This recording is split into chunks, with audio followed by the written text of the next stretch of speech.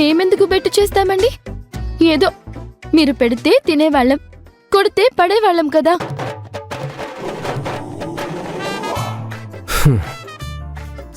అర్థమైంది.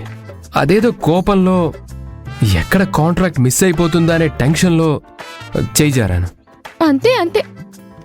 ఎంతసేపు మీ టెన్షన్స్ గురించి, మీ పనుల గురించి ఆలోచిస్తారు. అవతలి వాళ్ళ ఎమోషన్స్తో మీకు సంబంధమే ఉండదు. అసలు అవసరమే లేదు కదా. మరి నేను తింటే తినకపోతే మీకేంటి? మీరు వెళ్ళి తినండి. మరీ అంత దెప్పిపడవక్కర్లేదు. సరే, తప్పు నాదే. సారీ. ఇప్పటికైనా భోజనం చేయడానికి వస్తావా? నాకు ఎవరి సారీ అవసరం లేదు. నేనేమి అన్నిటినీ మైండ్లో పెట్టుకొని పీడించుకొని తినే రకం కాదు. నాకు ఆకలిగా లేదు, నేను రాను అంతే.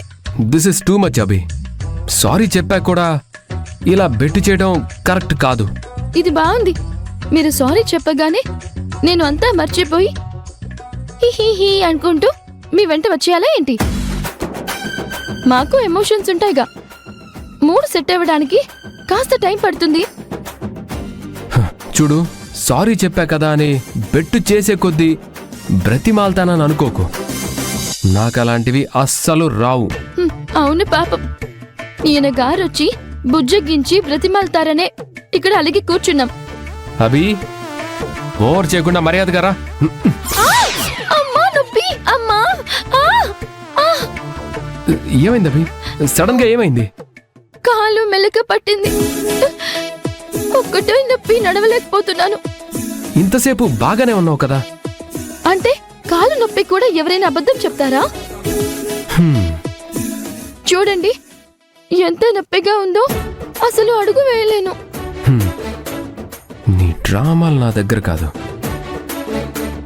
నేను తీసుకెళ్తాను, పద. రాల్ బాబు, అయ్యో ఏం చేస్తున్నారు? వదలండి. పాపం, నువ్వు నడవలేకపోతున్నావు కదా, నిన్ను ఎత్తుకొని తీసుకెళ్తాను. నువ్వు కామ్గా ఉండు, అంతే. రాల్ బాబు, ఎవరైనా చూస్తే బాగోదు. నేనేమి నీతో రొమాంటిక్గా బిహేవ్ చేయటం లేదు. హెల్ప్లెస్ సిచ్యువేషన్లో ఉన్న నీకు హెల్ప్ చేస్తున్నాను, అంతే. షూ.